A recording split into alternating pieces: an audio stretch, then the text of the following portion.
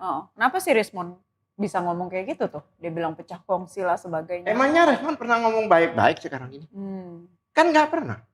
Jangankan soal ini. Penelitiannya dia sendiri diingkari. Ya kan? Penelitian dia sendiri diingkari. Dia kan kalau peneliti yang hebat, ya kan? Scopus dan sebagainya. Sekarang gini, kalau dia memang peneliti yang hebat, ya kan? Itu kalau margin error-nya itu di bawah 10%. Sementara? 100% dia bilang nggak benar. Padahal sudah pernah dia menjadi ahli di persidangan dan sebagainya. Kok tiba-tiba nggak benar? Siapapun juga akan bertanya, ada big question mark, ada apa ini?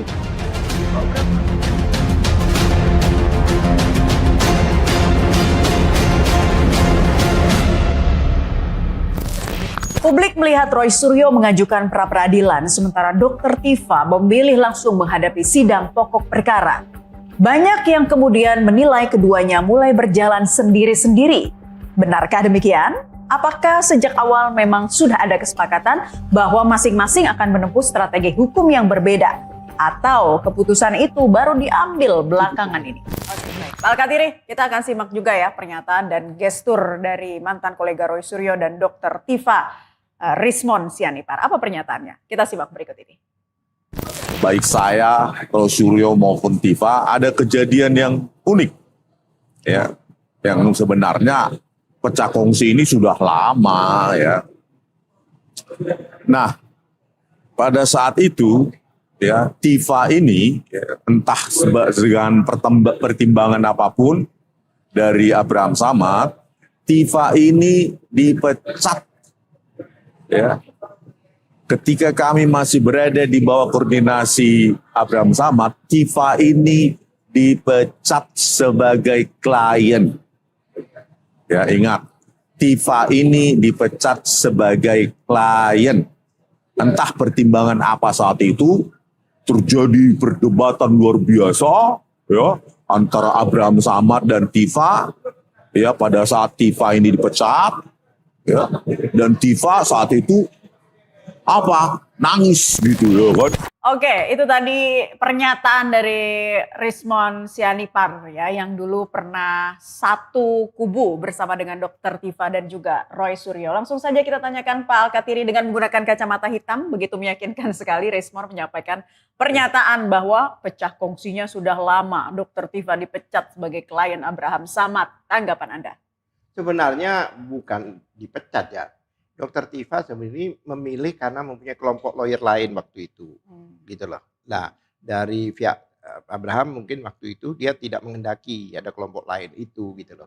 Tapi Dr. Tifa dapat dukungan dari banyak tokoh untuk menggunakan kelompok lawyer ini, gitu loh.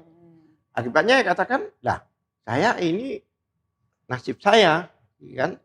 Sehingga saya yakin dengan kelompok lain yang saya ingin masukkan, ingin gabungkan. Ya oleh sebab itu karena menurut pihak Abraham Samad itu sudah cukup, lawyernya sudah terlalu banyak ya kan. Nah, makanya dia tidak menerima kelompok ini kan.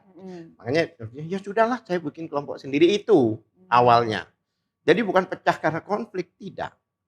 Jadi pecahnya itu karena Tifa ada lawyer kelompok lain yang merasa lebih nyaman, lebih tenang menggunakan kelompok ini, tapi kelompok ini tidak boleh masuk di situ, gitu aja sebenarnya. Jadi tidak ada konflik atau kepentingan Dr. Tifa sendiri, nggak ada. Tapi kok jadi hanya pilihan aja. Kenapa sih Rismond bisa ngomong kayak gitu tuh? Dia bilang pecah kongsi lah sebagainya. Emangnya Rismond pernah ngomong baik-baik sekarang ini? Kan nggak pernah. Jangankan soal ini. Penelitiannya dia sendiri diingkari. Ya kan? Penelitian dia sendiri diingkari. Dia kan kalau peneliti yang hebat, ya kan? Scopus dan sebagainya. Sekarang gini, kalau dia memang peneliti yang hebat, ya kan? Itu kalau margin error-nya itu di bawah 10%. Sementara? 100% dia bilang nggak benar. Padahal sudah pernah dia menjadi ahli di persidangan dan sebagainya. Kok tiba-tiba nggak benar? Siapapun juga akan bertanya, ada big question mark, ada apa ini? Kok berupa halungan? Gitu loh. Kok tadinya mau mana kanan kok tiba-tiba ke kiri kan gitu. Orang kan pasti bertanya. Kalau dalam penelitiannya itu hanya sedikit perubahan atau apa, masuk akal lah. 100%. Dari kawan jadi lawan sekarang. Nah, dengan adanya dinamika seperti ini, pernyataan Rismond di mana-mana mengungkap hal seperti ini, apakah hubungan Dr. Tifa dan Roy Suryo sempat terganggu akibat dinamika ini? Enggak. Tidak. Tadinya itu kan ada namanya RRT. Rismond, Roy, dan Tifa. Ya. Begitu sudah pindah kubu, Rismond, makanya tinggal 2. Sehingga diganti nama RRT menjadi Troya. Ya kan? Ya. Kenapa saya tahu? Karena saya di situ. Ya kan? Troya itu Tifa Roy Advocate. Ya, itu yang ada Bang Refli Harun apa itu kan? Ya. Troya. Ya, seperti itu. Dan sekarang antara Tifa dan Roy tidak ada masalah. Mereka itu teman kecil. 30 tahun lebih mereka berteman gitu. Tidak, buktinya apa? Kemarin pada waktu konferensi pers setelah dakwaan, Roy kan datang. Roy kan datang mendampingi Bu Tifa. Berarti apa? Mereka nggak ada masalah. Ini hanya pembagian lawyer supaya fokus karena memang perkaranya di-split oleh kepolisian dan kejaksaan. Hanya pembagian lawyer, pembagian apa? Job description aja gitu. Oke. Mungkin nggak sih nantinya jika persidangannya dipisah, berkas perkaranya dipisah, nanti ada resiko muncul fakta-fakta di persidangan yang justru saling bertentangan? Kalau bertentangan nggak mungkin. Kan tujuannya kan satu. Sebenarnya begini loh, kalau saya sih saya nggak begitu attention dengan ijazah. Bener loh, saya nggak begitu, ijazah itu biasa buat saya. Tapi saya lebih fokus dengan 709 surat. Yang 712 surat yang katanya kepolisian berkali-kali katakan itu, kami akan evaluasi surat-surat itu. Kami akan tanyakan pada orang yang menyerahkan surat itu. Ya kan? Polisi kan mengatakan dengan resmi ada 130 saksi. 130 saksi. Kemudian ada sekitar 25 ahli. Kemudian di dalam item dari barang bukti itu ada 17 item, diantaranya ada bukti surat. Bukti surat itu kemarin katanya ditemukan waktu di pra-peradilan bukan 705 bahkan 712. Jadi nggak to the point. Tapi surat-surat ini akan membuktikan. Karena ijazah itu kan bukan tiba-tiba ada. Dengan adanya ijazah itu kan ada proses sebelumnya. Ada cara benar nggak dia waktu itu masuknya. Benar nggak dia S1. Benar nggak surat-surat itu. Bagaimana SKS-nya, RKS-nya, bagaimana jumlahnya apa sesuai dengan ketentuan dan sebagainya. Karena kita dapatkan pada waktu ditayangkan oleh Barreskrim. Ada yang tulisan tangan. Bagaimana universitas segede UGM. Masa transkrip pada tulisan tangan dan sebagainya. Jadi banyak hal-hal itu yang kami akan minta dipertanggungjawabkan. 709 itu. Sekarang contohnya gini. Saya ingat dulu namanya perintis itu. 88, perintis 1, perintis 2. Mungkin orang-orang dulu tahu. Kemudian pindah ke perintis. Nah saya ingat yang diumumkan di koran itu hanya S1. Gak ada sarjana muda. Tapi Jokowi itu kan masuknya sarjana muda. Kok bisa ada di koran? Dan koran itu ada bahasa Jawa kan? Ada yang bahasa Jawa kan? Yang apa itu suara rakyat atau apa itu yang dan itu suara rakyat yang mana koran itu kan bahasa Jawa kalau bilang puasa itu poso. Kok pas bulan itu pas ada Jokowi ada di dalam koran itu jadi puasa. Banyak kejanggalan di situ. Dan katanya konon kabarnya Rismond sendiri yang ngomong di perpustakaan udah nggak ada lagi koran yang hari itu. Tapi sidang ada yang CLS ngamankan katanya. Di April itu hasilnya tidak dapat diterima ya. April apa itu? Sidang CLS, Citizen Lawsuit. Itu lain, Citizen Lawsuit itu kan masyarakat yang menggugat. Jadi mereka kan menggongkan kalah, bukan kalah. Tidak dapat diterima NO namanya, NO. Ya kan? Tidak dapat diterima itu bukan berarti kalah. Tapi kan gaungnya, ini kalah, ini enggak. Gitu loh, tidak dapat diterima. Karena apa? Mereka tidak bisa membuktikan, tidak hadir dan sebagainya. Memang dalam perdata hakim tidak bisa memaksakan.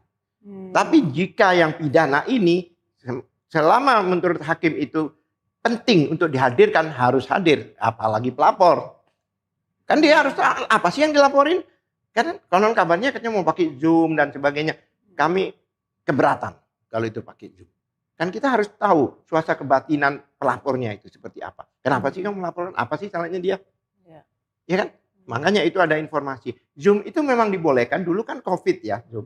Tetapi alasannya harus benar dan harus apa? Harus masuk akal. Contohnya, pada waktu dia disidik di kepolisian, dia ada di Jakarta.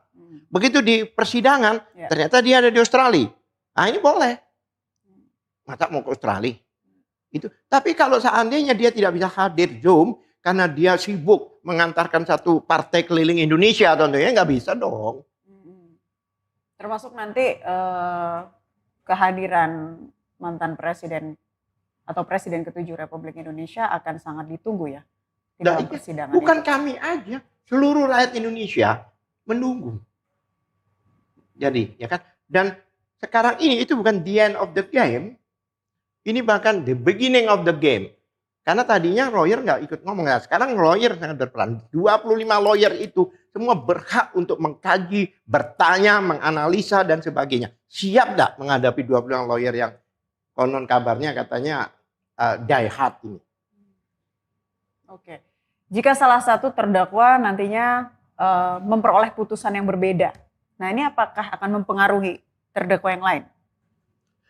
Ya alasan berbedanya apa? Kalau kan begini, di salah satu pasal seperti pasal